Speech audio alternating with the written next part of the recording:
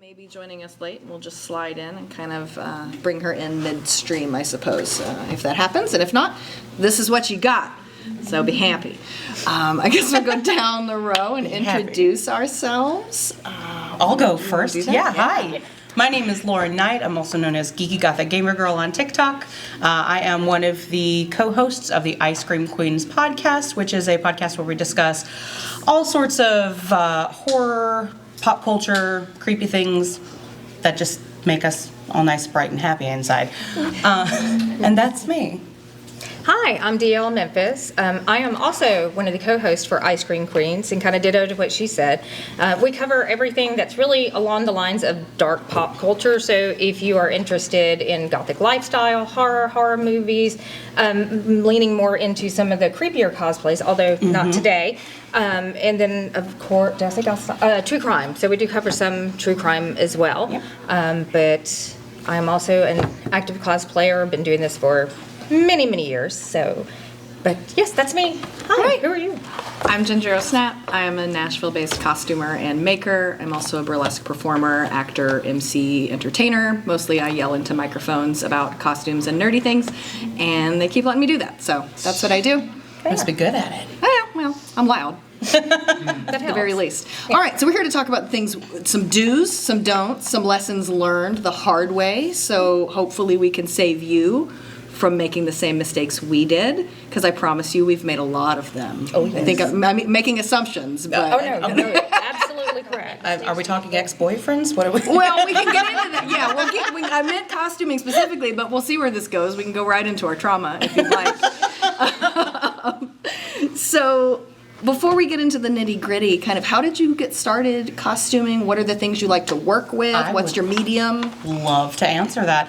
I used to be one of the cast members of the Rocky Horror Picture Show live shadow cast here in Memphis. The gateway drug. Right? Yeah. That is like, oh, you don't cosplay? Surprise, now you do. Yeah.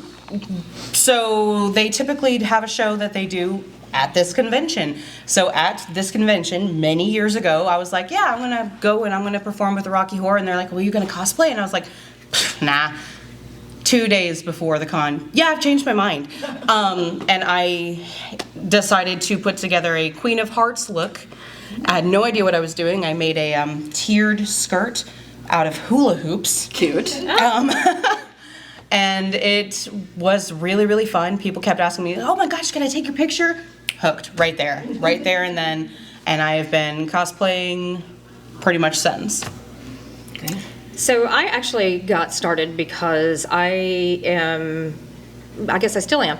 I'm an internationally published pinup model, and I've been doing this for many years. And my love of vintage clothing and my love of salvaging kind of gave me sewing skills, and I had people coming to me asking them to help with costuming, and so at some point I'm just like, I can do this. I think my first cosplay, since you mentioned yours, I think my first cosplay was a Wonder Woman that I built all out of leather with armor and cape and the whole 9 yards. It was like either go big or go home, right? Absolutely, yes. Go big or go home. The mister helped me with that as well, and our first outing was at Wizard World in New Orleans, and same type of situation. People come up and they're just like, hey, let me take your picture, and that whole, this is what celebrities feel like, kicks in, and you're like, I'm hooked. I'm Kim Kardashian. I am Kim Kardashian. That's what I feel like.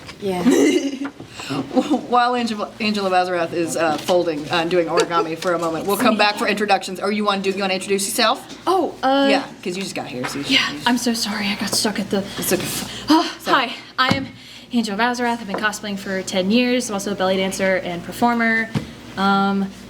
What did y'all's introduction sound like? That was good. How'd you get started costuming? Like, how did you end up in this cosplay world? I always loved Halloween. Halloween was like my favorite holiday, hands down. I may or may not have spent hours in June looking at my Halloween costume for that year. So, and then my grandmother taught me how to sew. And we made a raven cape. Was the first thing I ever made, and I wore it for Halloween. Then my friend was like, hey, there's a con here, do you want to take it? I was like, yes. So then I got into cons, and then I started feeling like Kim Kardashian when people wanted photos, and then I got hooked. So been doing it ever since. Attention keeps us alive is basically what I'm hearing. It's true for me also. Yeah, We we're don't like do this. Tinkerbell. Yeah, we don't do this because we want to blend into the background. No, it's like a fairy. Your applause keeps us living. So I came to it similarly as a Rocky Horror entry, but I come from musical theater and dance, and that's how I grew up doing local theater and traveling theater, and then also competitive dance. And so costuming was a big part of that. It's something when I went to college, I was expected to work in the costume shop as part of being a theater kid. My aunt taught me to sew, kind of similar to your grandma teaching you to sew. So when I was 8 or 9 is when I got my first sewing machine. And then my love for Halloween and my love for Ren Fair, I worked Ren Fair for years and years. It all just smushed together, and I went to my first convention a million years ago. And here we are, still doing it. Right. Still hanging in there. So when we're thinking about choosing a character, choosing what we're going to cosplay next, what are your tips, your tricks, your pitfalls, things to avoid, suggestions? I really like the personality of the characters. If it's a personality that I'm like, ooh, shiny, I want to be that character, I'm more likely to cosplay that character. I like them very loud. I'm also a goth girl, so I very much like the horror movie characters, or the ones that I can flip and make gothic, do an alternate version of. So that's what I tend to go with. Generally with me, I try to find characters that I can either identify with or embody. One of my go-to is Bellatrix Lestrange, and it's Phenomenal. just, thank you. And it's so much fun when you can basically put on the cape and the dress and the wand and just be insane for a day. And you just really get to become that character. That one, I may have actually sustained injuries by jumping off a stage before and all kinds of stuff. Was it worth it? Yeah, absolutely. Absolutely. That's what matters. Yeah. But that's generally how I select what my next cosplay is going to be. Yeah. I usually have like 2 ways to go about it. One is like, I played the game, I really love the character. I was like, I want to do this. There's been times too where like, cause was a competitive cosplayer, like I enter competitions and stuff. And so that factored in sometimes of like, wow, I really, for example, my Brigitte from Overwatch, wow, I really love Overwatch. What's a character I could do that's also like a really impressive costume? I would love to enter that. Chose Brigitte, got a couple awards and stuff. So there's like 2 different elements to me. Obviously, I have to relate to the character. And I mean, that's why you want to cosplay them too, because you want to either be them or you relate a lot to them and their struggle or their triumph, so that's kind of the influence there. I mean, if you don't want to cosplay, you probably don't enjoy it, so definitely comes down to that. But Yeah, definitely on the emphasis on the play side of things, right? If you want to embody a character, you should probably enjoy something about being that character. And not doing the play side, just doing costuming, and wearing a costume is a totally different thing. It doesn't have to have the characterization aspect to it, but I think for all of us, we really like embodying that character, so that part is important. sure. But something else I always consider is timing of a costume and whether or not you want to be one of a million Harley Quinns that year. If you do, like, I get really hyped when I see another cosplayer in the same character as me, and I'm like, well, you're gonna do the Spider-Man meme. It's exciting. Some people don't like that. They're like, Yeah. So if there's a big release that's happening right around the time of the convention with a character you want to do, you're gonna see other ones, and you need to be right with that in your soul and know if that's for you. And so just timing, I think, is important. 100%. And, Yeah. I really like timing costumes around releases because everyone gets really excited about it, and I don't care if there are 50 others. Like I like to see the way other people interpret the same character. I think it's fun. I think with the two of us, we also do a lot of niche conventions. It's not unusual for for Lauren and I to be at a horror con, so I think a lot of that also kind of plays into the selection of the cosplay, and also sometimes even who the guests are.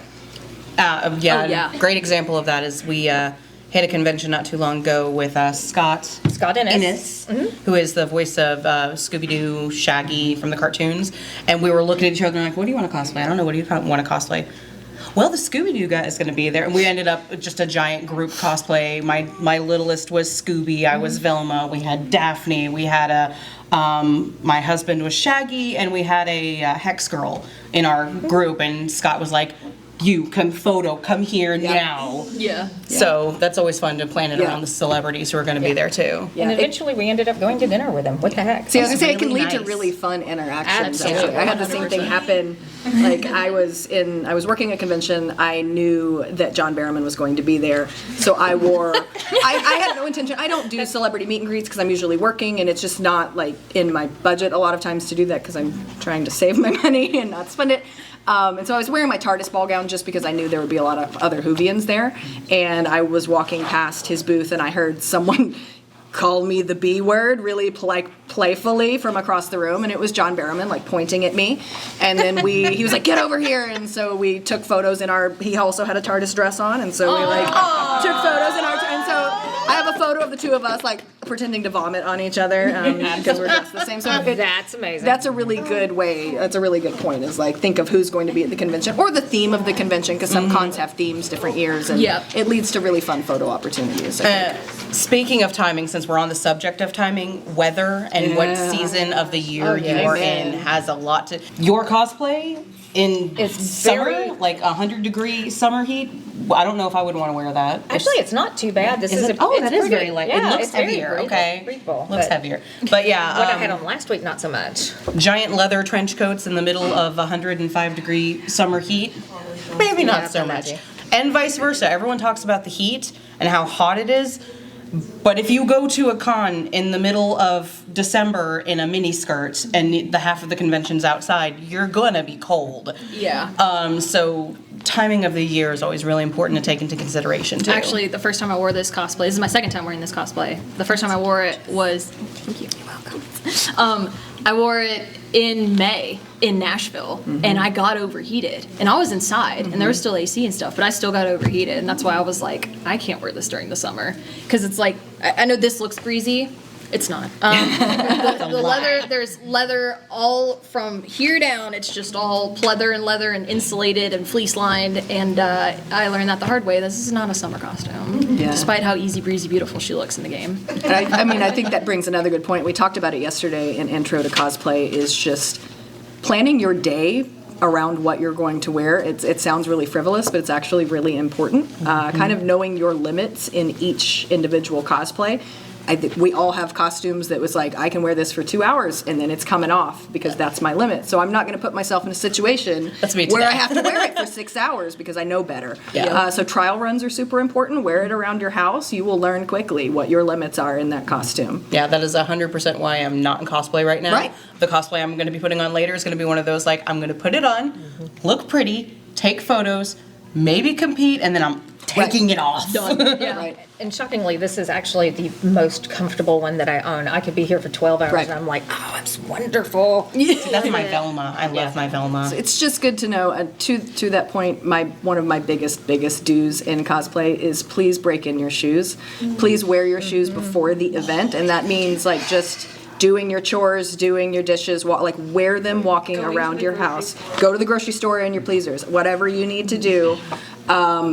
Don't let the con be the first time you have your shoes on because it's going to make your experience Been there, unpleasant. done that.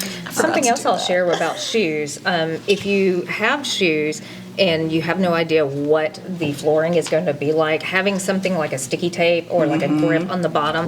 The con that she and I were at last weekend, Oh, gosh. you would take a step and you would just slide. And although we were in very we were in very we were comfortable. in comfortable shoes, I think I ended up tweaking my knee before the night was over. so. I was walking around in like sneakers and I was almost sliding everywhere. I felt so bad for the people in like the giant cosplays because I know they were probably like skating around on stuff.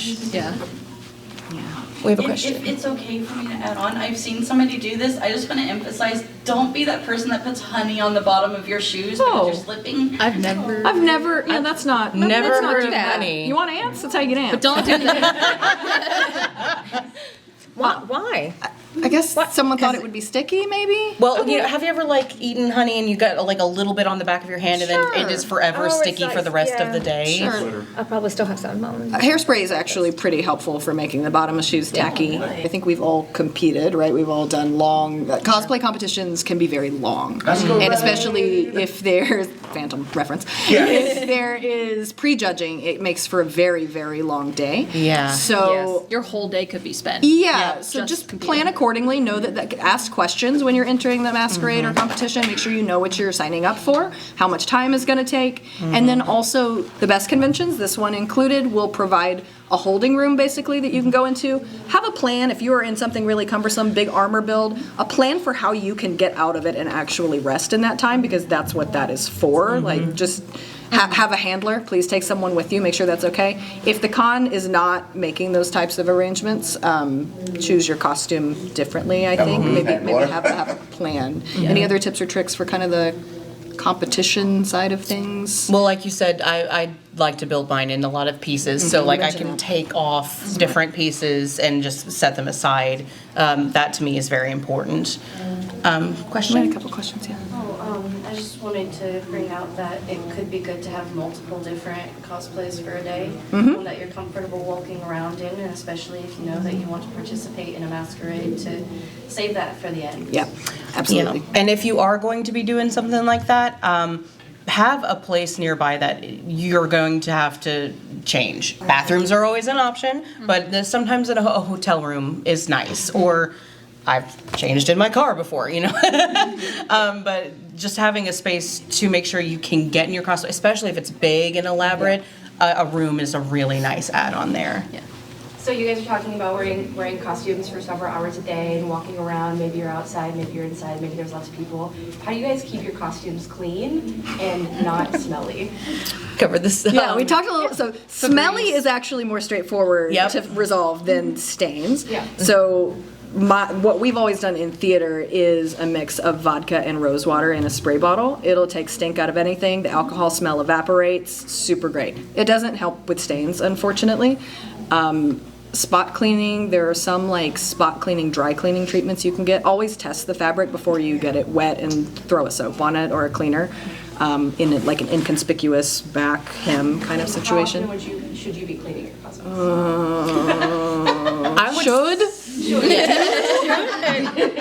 Different answers. I think it depends on the weather, the amount of people, and it's really like if you wear it for an hour or two and you've taken pictures, fine. If you've been walking around and you know that it has become swamp area in certain things, maybe clean it then. Yeah, I almost always spray mine down and then let them dry completely. If you're going to put them in any kind of garment bag, make sure they're completely dry before you put them away. Even if you're not spraying them, I promise you they're damp somewhere from you, so just let it dry before you put it away. Other options for cleaner, vinegar is one that people use a lot to spray. Just reminder that anything you spray, such as the alcohol, the vinegar, it's gonna have a not as pleasant smell. So like she said, with the rose water, a lot of people follow up with Febreze, trying to just kind of clean out the vinegar smell or the alcohol smell. Essential oils. Something that I have found very helpful, especially if you're getting like vintage clothing, and this is a technique that I use, is charcoal will get, obviously you don't want to like sit it in charcoal, but if you have like some charcoal in a bag and then you put it in a tub, put layers over it, it will cause that what we generally see with vintage clothing, that old woman, that house smell. So some of that will help also, especially with accessories and pieces that you cannot necessarily wash. As far as stains go, I kind of decide if it's visible. Like if it's not visible, and depending on what has stained it, like I might just Every stain can be weathering. Yeah, right. Like depending on the costume, I might leave it. Honestly, depending on what it is. Certain things that's not gonna fly, and they do make, like I said, like a dry cleaning spray, which is counterintuitive, but it's better at not leaving water spots on fabrics that spot. You have to be very light-handed and immediately dabbing and drying and pulling the moisture out of it. Hair dryer while you're doing it is also helpful. Speaking of spots on stuff, using essential oils in certain fabrics sometimes is a no. If it's like a a silk or anything that's like that shiny kind of material. Have you ever put on lotion and then gotten in fresh silk sheets, and then the next day you're like, there are lotion stains all over my new sheets? It can sometimes hinder more than clean. Same thing with props, anything that is like made of foam or anything, you're really going to want to watch what you're using on that, because some of the stuff that you're trying to clean it with can break down that foam of the prop. I've wondered, like, when were y'all's first cosplays, and at what point did it become your area of expertise? I think we covered the first cosplays already, but when it became our area of expertise, mine was kind of my first cosplay. I've only ever competed in a cosplay competition once, and that is because when I started cosplaying, people saw me and they were like, oh, you're really good, you should judge stuff. And I was like, I'm absolutely brand new to this. And they're like, no, trust me, you're a judge. And I was just like, but I'm also the kind of person, like, if I'm going to do something, I'm going big with it. I'm going to make sure, like, everything is, I am obsessive to that degree. So when it became my area of expertise, I would say probably when we started guesting at horror cons together for our podcast. When we became official guests of cons, it was when I was like, okay, I'm really, if I'm going to be a guest, I'm doing this right. I'm going to show up and people are going to want pictures with me and gasp at my cosplay. Same. Okay. Same. So I've been cosplaying for about 10 years. I would say like year 5 is kind of when I started getting into more professionally. I started building up a following online, started entering competitions kind of around that point, doing a lot of experimenting with not only just sewing, but like foam and armor, and then chainmail and like, well, not chainmail, but like chain work. And then it kind of grew from there. I entered a couple competitions, just learned a lot, started traveling out of state to cons, and I started getting asked to guest at cons here, and then also I've guested at cons out of state. So it kind of just happened. And so I guess that is my expertise. I also worked for a costume shop in Nashville for about 2 years as well, and so we made costumes for video game companies. We've done stuff for not local, because this is Memphis, but like local to Nashville projects and stuff as well. So that's, technically professional. So. Yeah, I hesitate to say I'm an expert at anything. Like, I'm always learning. I feel you. And trying. Like, I'm happy to give advice, and I get asked a lot of questions. And I'm happy, if I don't know, I'm usually happy to look up an answer or try to figure it out with you. I think I had been, when I was 2 or 3 years in when I won my first like best in show and my first like craftsmanship categories, and from there is when I kind of made the transition that happens from competing to judging, and then guesting and traveling. With the other entertainment stuff I do, it kind of pulled cosplay along with it, which was helpful for me. Yeah. I think I stopped competing at this point probably 6 or 7 years ago, just because I tend to be on the judging and hosting side of things now. Okay. But yeah, expert, I think, is a strong word for anything that I am. But I appreciate that. Practitioner, maybe? Yeah, sure. Student. Always a student. So something that I've always been curious about, and I heard you guys mention this, which is why I wanted to bring it up. For newer cosplayers or cosplayers who have been around the block a few times and want to start getting into being able to judge competitions, how would one go about being able to become a judge? My experience with that has been, first of all, have a couple of wins under your belt. And if you can show that you can create something that is worthy of Best in Show, worthy of awards, that's going to help you get into that process. But also just reaching out and interacting with fellow cosplayers. Mm-hmm. We're all a pretty friendly group, and a lot of times once you're into a certain grouping, I know, for instance, Angel goes to an event that we host at Broom Closet, and you belly dance, and I think I invite. Well, you were at the first one. Yeah. So it's kind of networking and making connections, but just the same as networking and making these type of connections, meeting the people who are actually sponsoring the con. Yes. And just honestly asking. That's kind of how we got involved with it. Mine's a really rare case when it comes to how to become a judge. Like, I'm the oddball when it comes to that story from what I've met and heard from other people. But my best advice on that is if you're wanting to kind of move into the judging category, make sure your cosplays are very put together and elaborate. Because if people notice your cosplays, they're going to notice you and they're going to be like, who is that? I want to meet them. I want, like this cosplay here, I keep looking at this guy in the second row here. It is amazing. I keep looking at it and I'm like, I need to meet this person after the convention. That's my boyfriend. Oh. I was like, I know someone that can introduce you.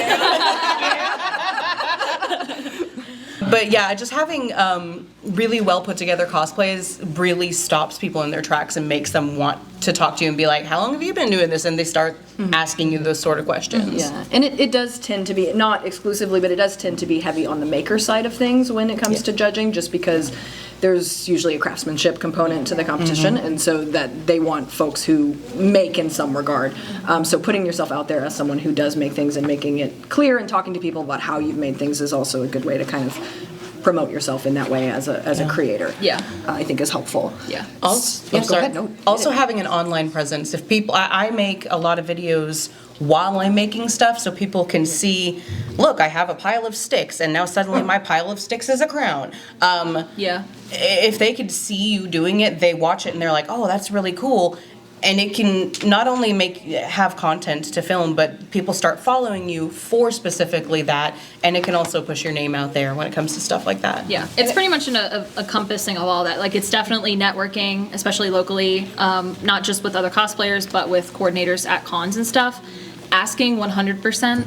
Like, a lot of times people just expect someone to come up to you and be like, wow, you're really great, come do this. But a lot of times it actually is just asking, just putting it out there, you know, meeting them, having them see your stuff, or like talking to them about things and just being like, if you ever want to, you know, you need a judge for this, if you ever need a guest for this, like, I'd be more than happy to.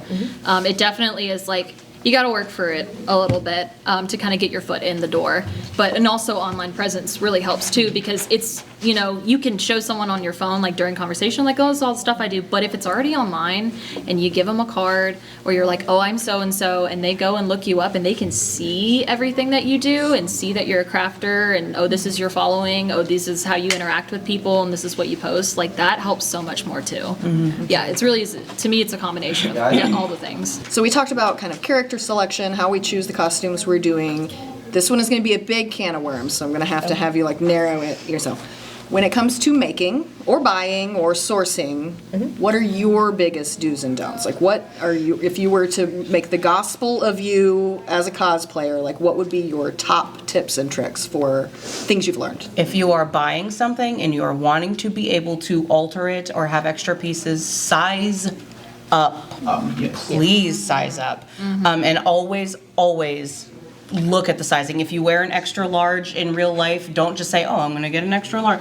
Look at the sizing on the chart, measure yourself, and if you are wanting that extra material, please size up. That would be my biggest thing, because I love buying a dress and then chopping it to pieces and making something completely different out of it. And if I don't have all of that extra material, well, sometimes I'm going to be missing a boob panel or something, you know? All right. I'm not mad at it. I think with me, it's just being able to touch the fabric and the texture. And if you are purchasing items online, and I'm one of those that I kind of go back and forth between, there are cosplays that I have that are fully purchased, there are cosplays that I have hand-built from the ground up. And they are continuing to evolve. So if you're being kind of in between, when I am selecting either fabric, accessories, things like that for something I'm building, I have to have my hands on it. If you're ordering online, just make sure, first of all, you read the reviews, you read what the fabrication is, and you know what it is you're getting. Certain things like, you know, there are a lot of companies out there, sadly, that sell knockoff products, and they are basically little stretchy suits that you bend over and you see your underwear and you're like, shit, I didn't mean to wear polka dots. And whoopsies. Oops. So I'm just, that's Neon kind of pink. Yeah, I think that's kind of been the thing with me is if it is something that I'm purchasing, just knowing what the fabrication is. I'll say y'all covered a lot of really good ones. I would say when it comes to making or buying, one of my big things is like it is okay to continue altering it. Like you can wear like I'm wearing this to the con, but I fully intend to weather it and wear it to another con at some time. Mostly because there's a hole in my arm. But other than that, she's needed to be weathered. So there's nothing wrong with buying something, doing some alterations to it, or wearing it to a con as a test, and being like, oh, okay, so I need to wear a different type of shoe. I need to, fix this hole in my arm. I need to, weather it and upgrade it as I go. I think that can be said for, both buying and if you craft something with the intention of entering it in a cosplay contest. There's times where, so like my Brigida is a perfect example, is because it's the last cosplay I put in a competition, so I remember a lot of things. But like I wore that to about, I think 1 or 2 cons before I actually ended up entering it because I wanted to see durability-wise, how mobility was, what was going to break and fall off, so I could fix that so it doesn't happen when I'm in the judging, when I'm in prejudging. And I think the same can be said for bot costumes. Like there's nothing wrong with, figuring out as you go what you want to add to it, what you can, change if you want to update a specific item on it or change your shoes or something like that. Definitely don't be afraid to upgrade. I did have another one I thought of. Where I very, very much like to have accessory pieces that are multi-use. Like, I have a purple belt that I love to use for Beetlejuice, for anytime I'm doing the Penguin, anytime I'm doing, like, if you can get a piece or create a piece and okay, this would work for this or this or this or this, you have something that can last you for a very long time through multiple like cosplays. A versatile piece? Yeah, very versatile piece. I very like to push those. Yeah. I think my biggest do when it comes to making is if you're going to be delving into a new medium or a new material that's going to require a lot of tools and a lot of setup that you don't have already, see if you can find someone who already has those tools that you can go try. A makerspace is a great place if you have one near you to try something like that. Before you invest hundreds and hundreds of dollars into a bunch of tools, you may get into a medium like leather. Leather is not my thing. I don't like working with real leather. It hurts my hands. I'm a weenie. I don't like it. And I have other friends who have those tools and those skills, and so I employ them to do that. I did not have to learn that the hard way by buying all of the leather tools that I would need to learn that. I went to their house and was like, nope, not for me. If you want to invest and that's on you, but really a lot of these mediums, there's a little bit of point of entry, like there's a price point to get started, and so talk to other cosplayers and give it a shot before you completely invest in it. You may fall in love with it and be like, I will get all the things. Great, love that. But I know so many people that have really heavily invested in, and they're like, and I never touched it again, and now it's in my house. I can tack on to that for sure because I started, so my big thing is like being a Twi'lek from Star Wars, and that's like I've turned it into a business. I sell them online, I sell them to people, I help people get started in doing that, and because of that, like, when I wanted to get into that, I was like, I want to be able to make my own leku because there's not a lot of leku makers out there, and the ones that are there are booked over a year, so you can buy one and then you will have to wait a year to get it because their queue is so long. So I was like, I want to have an ability to, if I rip mine, because I wear my Twi'lek so often, I want to have a backup I could just go home and grab kind of thing. So, but getting into that is super daunting. Silicone is extremely expensive. It is very fickle, and if you screw it up, you are out potentially hundreds of dollars on however much you spent in materials and stuff. So do your research for sure. Especially if it's something costly like that, or like, leather can be really expensive, and working with rubber or any sort of prosthetic type thing can get really expensive. So do your research. Find people online that are experts in it, see what kind of information you can get from them. Do not be afraid to message someone, and I get people that message me all the time like, how do I make leku? And I'm like, well, here's this really long process. But I got you because I want people to learn, and I'm not a gatekeeper by any means in cosplay. So, but yeah, you can scour the internet, and I learned how to make leku because of asking other leku makers, finding out what they have on their websites, and then filling in the holes and finding people that do a similar thing. Maybe like there's someone online that did a rubber headpiece, Ahsoka headpiece, and I learned her process, and then I learned Twi'lek Pam's process, and then I have a online mutual that started making leku too, and then I saw her process, and I was able to put the pieces together, do some experimentation, and then figure out how I can do this consistently. So, but yeah, don't be afraid to do your research, and absolutely don't go balls to the walls and spend $200 in a gallon of silicone. I definitely didn't do that. You can find smaller kits, but yeah, definitely. Learn from what we say, not what we've done. Thank you. Learn from our mistakes. If it's okay for me to add on to some things that you mentioned in that, it's something that I was always nervous or like didn't feel like was needed when I first started out was finding cheaper materials, like just going to Walmart and just buying like the $2 fabric and making a mock-up. And like with you guys mentioning not liking working with leather and stuff, that's something I wanted to add in, was that it's okay to go buy cheap fabric and make mock-ups. That way you're not wasting expensive material. 100%. Oh, yeah. This is another do as I say, not as I do. If you have expensive fabric of any kind, you should be making a mock-up of whatever pattern you're working with or have drafted, because that's the right thing to do. It is not always what I do, because I am always crunched for time. And that has bit me harshly before. And when you're spending, like my Sansa wedding dress, the fabric is hundreds and hundreds and hundreds of dollars. It's very specific. And that was a very stressful time in my life to make sure that was patterned correctly. I did make a mock-up for that. I did the right thing. I think that's the one time in my life I've done the right thing. Thank you. That feels good. I haven't done it since. But yeah, absolutely, save yourself some money lost. I won an award for Brigida because I didn't have a template. And they were like, I don't know how you did this, but it came out great. Here's the judge's choice. I was like, award for wizardry. Yeah. They were like, so what template did you use? I was like, my fingers. My brain and my fingies. Standing in front of a mirror at 3 a.m., making sure it's even. So yeah, do as we say, not as we do. Before we completely open it up for questions, at the end, we've talked about kind of the whole process step by step as we go through. We did talk a little about climate and shoes and things like that at conventions. Do you have any other big do's and don'ts for wearing your costume at a convention, interacting with cosplayers, etc., etc.? Bring a second pair of shoes, especially if you're wearing heels. Even though, I'm not a heel person. I don't like heels. I perform in heels and I hate it, and I just slide around the place. That's not my thing. But, when you're wearing heels for a cosplay, it's always good to have a backup pair of heels. There's been times of knowing the convention you're going to. So I've worn my 80s New Teen Titans Raven to a con in Memphis before, and I had little heels. They weren't even that big. They were 4 inches or something. And I wore them around the con. It was fine.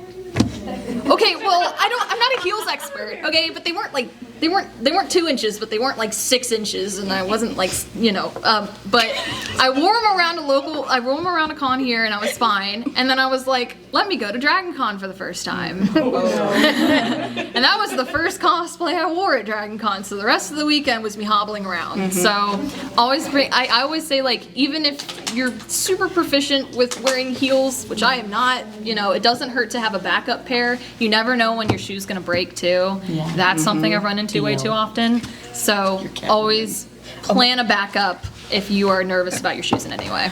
It's a good one. Sorry, I'm over here poking at her because I know. one of her shoes exploded. Absolutely, yeah. So I was yeah, in a Catwoman cosplay, and it's the patent leather knee-high lace-up boots, and just randomly happened to have a pair of patent leather short ones in my car. Smart. But I'm walking in, and it's boop, there's the heel, and you're like, oh my gosh. Yeah. I run the repair suite at MomoCon, and the 2 most common repairs, and this is what I do all weekend, is glue people's shoes back together and tape them back together. It's always shoes.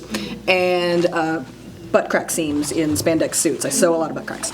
But Expert. shoes definitely. We have sewing machines. I put them in a dressing room. I haven't taken it off. So yeah, that's because I was hand sewing all those butt cracks. And so not anymore. There's got to be a better way. Please hold still. Stop turning and Absolutely. looking at me. I get to a point where I'm and that's as far as I go. All right.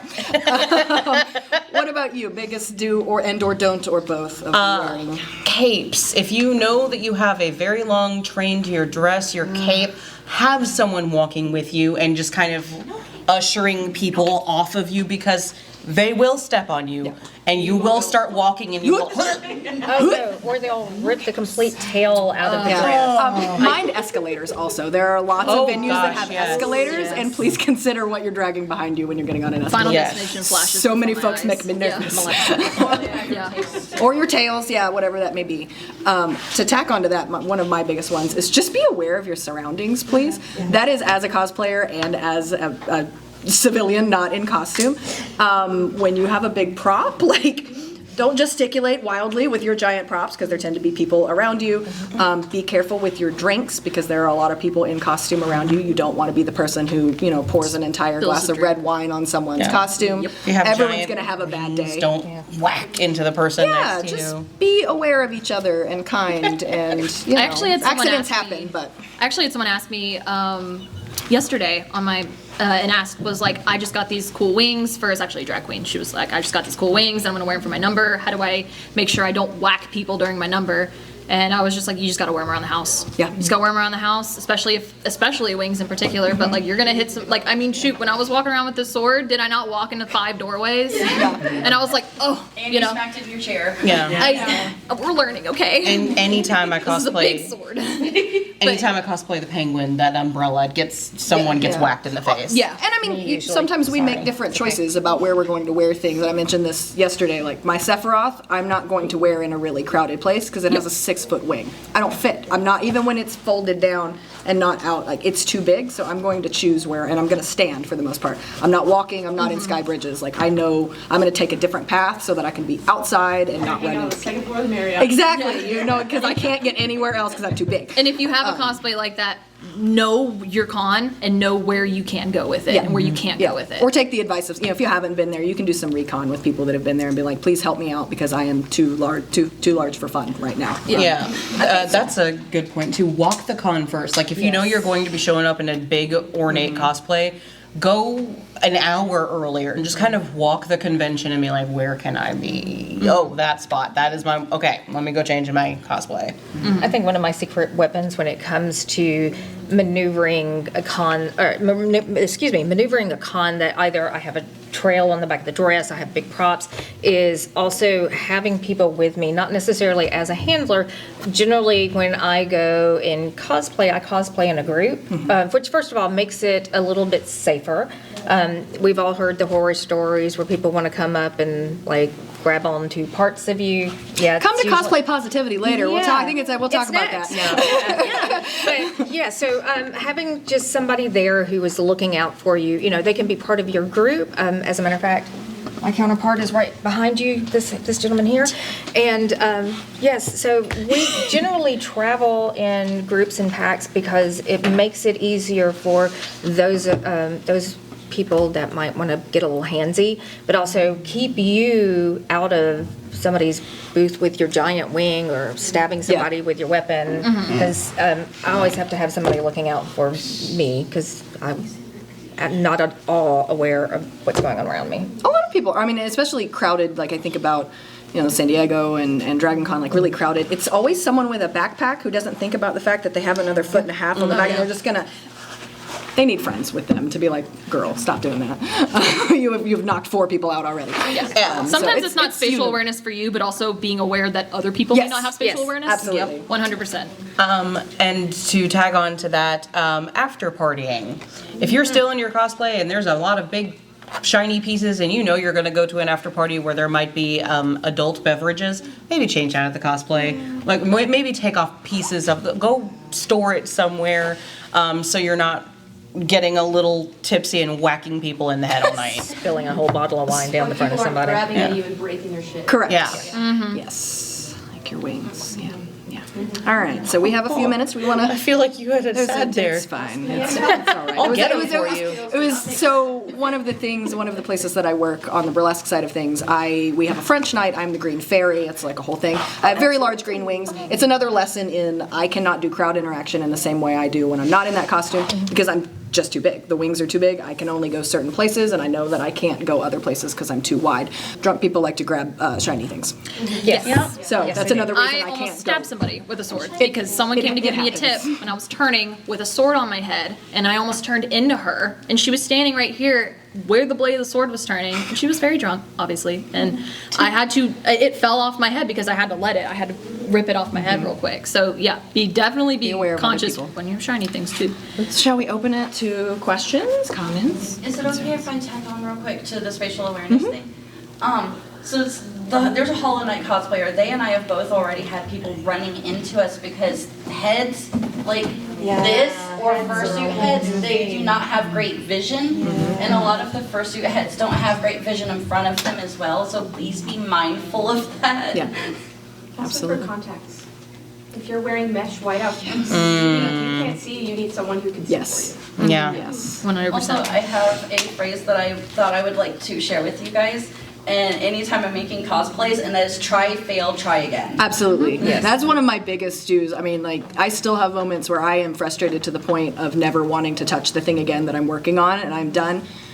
Go sleep on it. Before you decide you're never going to touch it again, go sleep on it. Sleep on it for a week, sleep on it for a month, a night, whatever you need.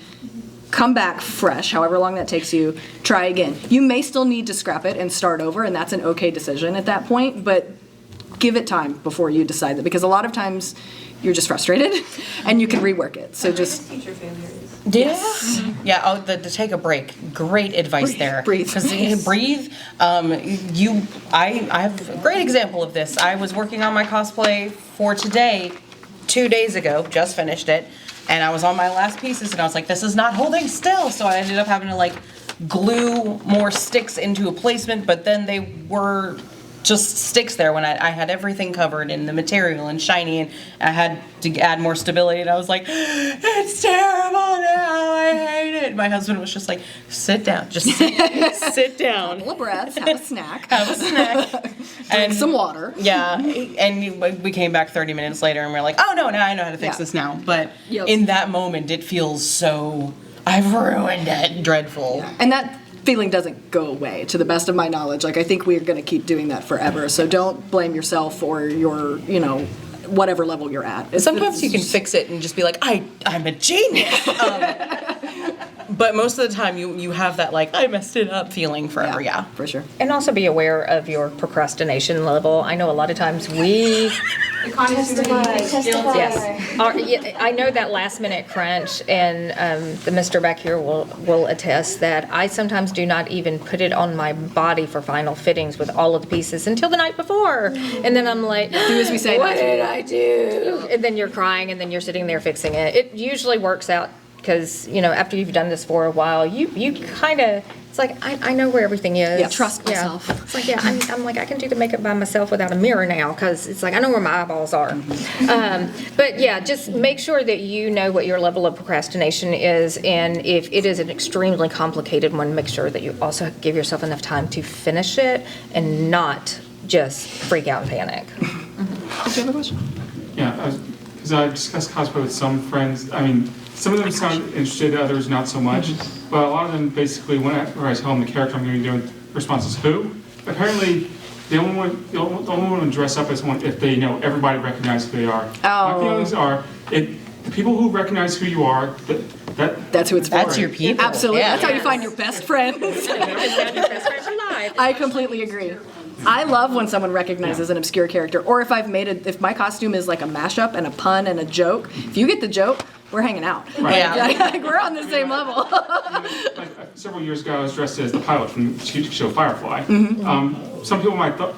Wash? Yeah, because it's pretty Wash. together. Green jumpsuit, Hawaiian shirt, toy Leaf dinosaurs. on the wind. Spear through him, sure. But, I mean, and the number of people that actually got who I was. Basically, I bought some toy dinosaurs, and We gotta send you to new events. Anytime someone recognized me without me telling them, they get a dinosaur. Perfect. Rewards. Oh, that's I love that. The rewards. I want a rewards bag now. On that, also be prepared, because there's going to be times, this happened very recently, I picked a cosplay that I thought everybody in the world would recognize. It was Carmen Sandiego. Oh, okay. Who doesn't know who Carmen Sandiego is? They don't know where she is, so it's hard. Well, they found me. Here's Waldo. Now, everybody kept approaching me at this particular con and asking me if I was Alucard. My favorite one, I have to bring this one up because she loves it when I bring this one up. She also does a Lily Munster, and the amount of people who are like, are you Elvira? And she was just like, or Morticia? Like, give me your goth card. Give me the goth card. You don't get that anymore. That's tough. I have a golf card and I know who Lily Munster is. But a lot of the younger generation, like it was black and white. They didn't know that her dress was purple. They didn't. purple, Yeah. So a lot of people actually really don't recognize these characters, and just seeing, I love you very much, I know, but thank seeing the light in your eyes slowly die through the evening. I know. I'm like, if somebody else calls me Elvira or Morticia, I'm going to cry. I mean, both compliments, but still not No, correct. absolutely. No, absolutely. We have a question in the back. Oh, thank you. I can't see you back there. Kind of touched on it, but like when you're going to a new con and you're doing the recon to make sure that your cosplay is going to function there, what are the methods that you do for that? I couldn't hear the question. So when you go to a new con and you're trying to do recon, you don't have a lot of information on, how do you get your information basically on the space and the environment, and like, is your costume going to be a good fit for them? I stalk the con online. Yes. Yeah, stalk it online. Internet stalking. I look at the guests a lot too, to see what kind of guests are going to be coming. And I also look at, because typically if you look at the page, it'll show these friends follow this page. And so I kind of check out, do I know anyone who follows this page? Have they been there? And I just kind of base it around that. I try to find YouTube videos of people who do walkthroughs because that helps me with the Are really good, space. yeah. More and more cons too have fan pages on social media where people that go to the con just interact about the con. Yep. So that's a great source of information. Yeah, you can find, and worst case scenario, if you find a Facebook page and there's not a ton of information on it, not a ton of photos, just reach out to the people that actually have posted, or you can tell are connected with it, and see if they can provide you with anything. I think that would probably be a way to do it. This is our first time at this one, and we had no clue how the layout worked or anything. Well, admittedly, it's the first time this con's been in this space in a really, really, really long time, so we're all learning. That's why I was We've all late. been I got lost. lost. Yeah, we're right there with you. Like 12 years. 14. 14? I think it's 14. I was yeah. 8 years old. Gotcha. Have you guys talked about undergarments yet? That's my holy grail. All right. I was gonna say, does everyone have their one big golden chalice of a do, don't, whatever? And since mine just got brought up, mine is please think about your undergarments. That's the first step. If you're wearing a spandex suit and you are mask presenting, please learn what a dance belt is. That is for your benefit. That is for all of our benefit. We're all gonna have a better time with the dance belt.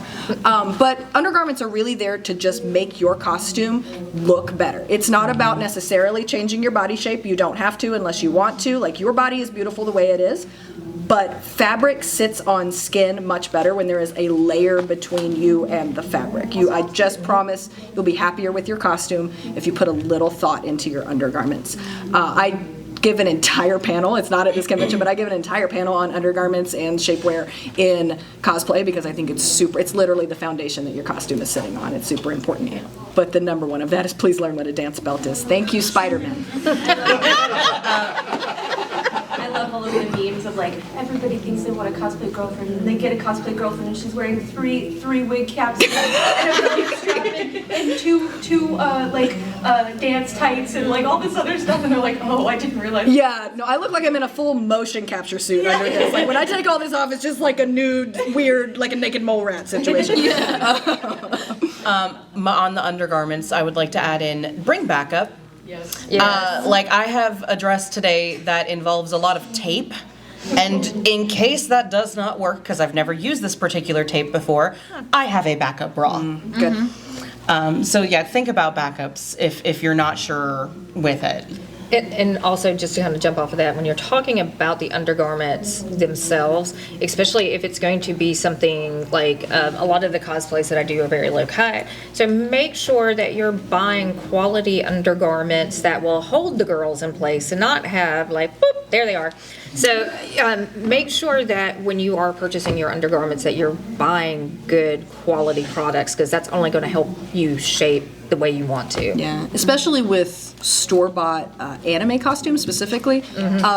Physics don't exist in anime, and so when the costumes are made to look like the anime, they don't.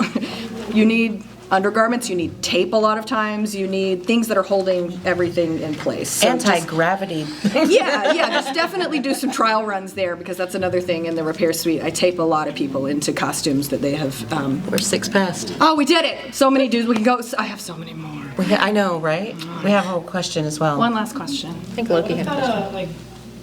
Gender bending a character for cosplay. Well, that's next. Hi. I love gender bending characters. That is one of my regular go-tos. I'm very known for doing the penguin. When it comes to gender bending, I really like the idea of you do not have to exactly make it to the movie or to the TV. Do your own version of this character. You can try and 100% replicate everything, but the moment you do, there's going to be, and let's just be realistic, there's going to be some person who's like, well, actually. Oh, God, yes. You don't have to be friends with Always. them. You don't. Yes. Move on. But when it comes to gender bending, if it's a white button-down shirt and you want to wear a white corset, go for it. You do not have to exactly replicate it. Put it however you want. Do whatever version of it you want to do. And that's true for non-gender bending too. Like there are no rules. Like we're adults in costumes. Like do what you want. Like Non-human characters. don't let people tell you that there's a right way to do this. Yeah, Like, to your point, like the thing with gender bending that I love the most is because I can take that character and interpret it how I want to do it. If I want, like I'm doing Femme Barf today. Sure. I could have done a skirt, but I went with pants because it's more comfortable. But I love gender bending because you have more creative fun with it. Same thing with like doing historical takes on characters or putting them in a different universe. Yeah, historical Like, it takes. just gives you so much wiggle room. Gothic Mashups. takes, Yeah. mashups, any, if you look at a character, someone give me a random character. Buttercup from Powerpuff Girls. Buttercup from Powerpuff Girls, and say, I really, really want to do a 1950s pinup version of Buttercup from the Powerpuff Girls. Instantly, you can imagine what that would look like. It would have the like wider strap here, but with maybe the tie in the back that like they used to have. It would foof out more on the bottom. You can transform these characters however you want. You can make her into goth Barbie Buttercup if you want. You can do so much with characters. Yeah, I've done punk Buttercup before. That's why it came up. The good news is we're also the next panel in here, We so are. we can just Yeah, we we can can. wait. No one Y'all can are- get One more question. They can't tell us what to do. What is it? It's cause positivity and To get inspiration, because you see all of those mashups online, and they're like, my favorite one recently was Harry Potter as Jim Bros. I haven't seen that one. I'm gonna. I love Freddie Sailor Mercury. That one's my favorite mashup. I mean, Sailor Dead. I think that's great. that's just me. I think that AI, like, obviously it's a completely different discussion when we're talking about visual art, and that, you know, my artist friends have very different opinions because it's a different application and different conversation. There are excellent uses for AI. Inspiration is one of them, especially if you're then creating, like, I'm going to take a picture I've seen on the internet, and that could be a drawing AI, like, wherever it comes from. And then I'll credit back to wherever I found it. Like, that's fine. But obviously using that and then saying this is my visual art, like, not my place, not my conversation. But certainly as inspiration is what it is. You see it, you like it, you turn it into a thing. Like, inspiration can come from wherever. You can look at something and say, one of my favorite mashups, I really, really want this to be done one day. I want somebody to do Sailor Moon, Spice Girls. There are 5 in each. Hi. I'm here for this. Keep on going. Oh no, I've drawn out like little, I can't draw, but little blob people of the Sailor Moon Spice Girls. But yes. all right. So we're rolling right into another panel. Absolutely. For those of you Right that are in. staying, what is our next panel? It's cause positivity. Positivity. This is where I get to Thank you all for being here.